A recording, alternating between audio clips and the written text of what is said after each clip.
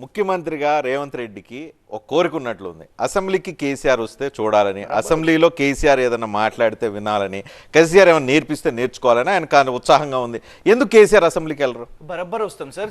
First day governor గారు ఉపన్యాసం, next day budget పెట్టిన తర్వాత అర్జన్ అయిపోతుంది.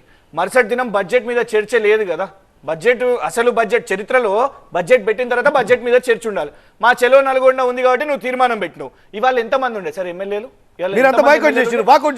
మీ పార్టీ పేరంటాలు రాష్ట్ర ప్రయోజనాలు ఇంపార్టెంట్ కాదు, రాష్ట్ర బడ్జెట్ ఇంపార్టెంట్ కాదు. రాష్ట్ర ప్రజలకు ఒక మెసేజ్ ఇచ్చారు బడ్జెట్ మీద చర్చనంట. అసలు ఆ బడ్జెట్ లో కూడా ఏం లేదు. రజనీ గారు మీ గ్యారెంటీలకు పైసలు మల్లారెడ్డి గారు పైసలు ఉన్నాయా బడ్జెట్ లో? ఏం మాట్లాడమంటారు చెప్పండి కేసీఆర్ గారు. ఇప్పుడు ఒక నిమిషం ఇరిగేషన్ మీద రేపు వైట్ పేపర్ పెడతా ఉంటున్నారు. ఇరిగేషన్ లో కేసీఆర్ కి ఫుల్ ఎక్స్పర్టైజ్ ఉంది.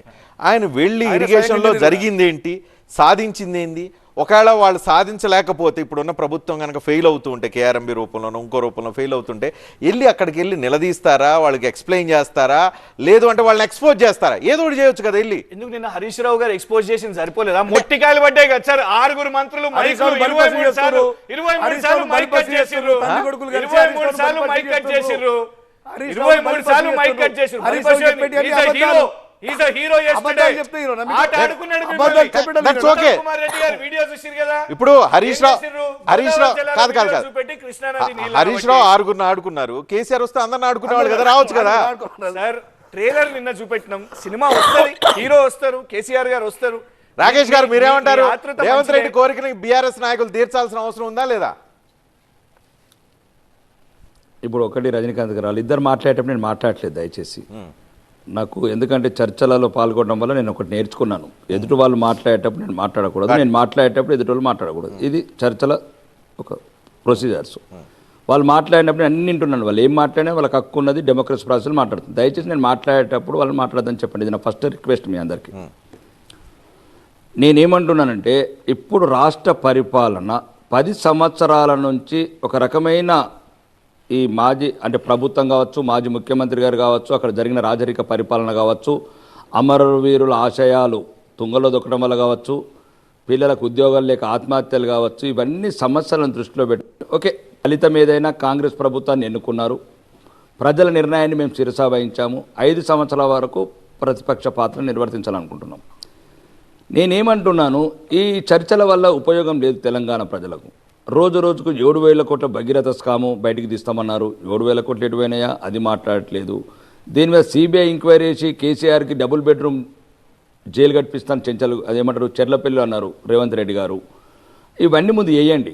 ఏదైతే ప్రజాధనం లూట్ అయిందో అవిట్ల మీద మీకున్న ఇప్పటికే మీరు 2 నెలలు అయింది మీరు అధికారంలోకి వచ్చి, మీకున్న ఏజెన్సీస్ ద్వారా మీకున్న గవర్నమెంట్ హోల్డింగ్ టోటల్ కంట్రోల్ వచ్చింది కాబట్టి అందులో జరిగినవన్నీ మీకు ఆల్రెడీ మీ ఆధీనంలోకి వచ్చినాయి. ప్రజాధనం దుర్వినియోగం రికవరీ చేయండి. మళ్ళీ పరిపాలన మీద దృష్టి పెట్టండి. తెలంగాణ ప్రజలు 10 సంవత్సరాల నుంచి రకరకాల హింసాత్మక చర్యలు కావచ్చు, అభివృద్ధి ఎటువంటి నా నియోజకవర్గం చెప్తున్నారు. కేసీఆర్ అసెంబ్లీకి రావాల్సిన అవసరం ఉందా లేదా? కాంగ్రెస్ నాయకులందరూ డిమాండ్ చేస్తున్నారు అసెంబ్లీకి రావాలి, చెప్పాలి. మీరు మాట్లాడితే ఇప్పుడు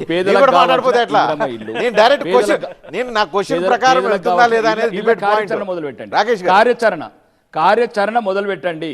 ప్రజలకు కావాల్సిన తక్షణం ఏదైతే ప్రజలకు కావాల్సిందో అది దాని మీద తక్షణ కార్యాచరణ. కేసీఆర్ అసెంబ్లీకి రావాలి అంటున్నారు.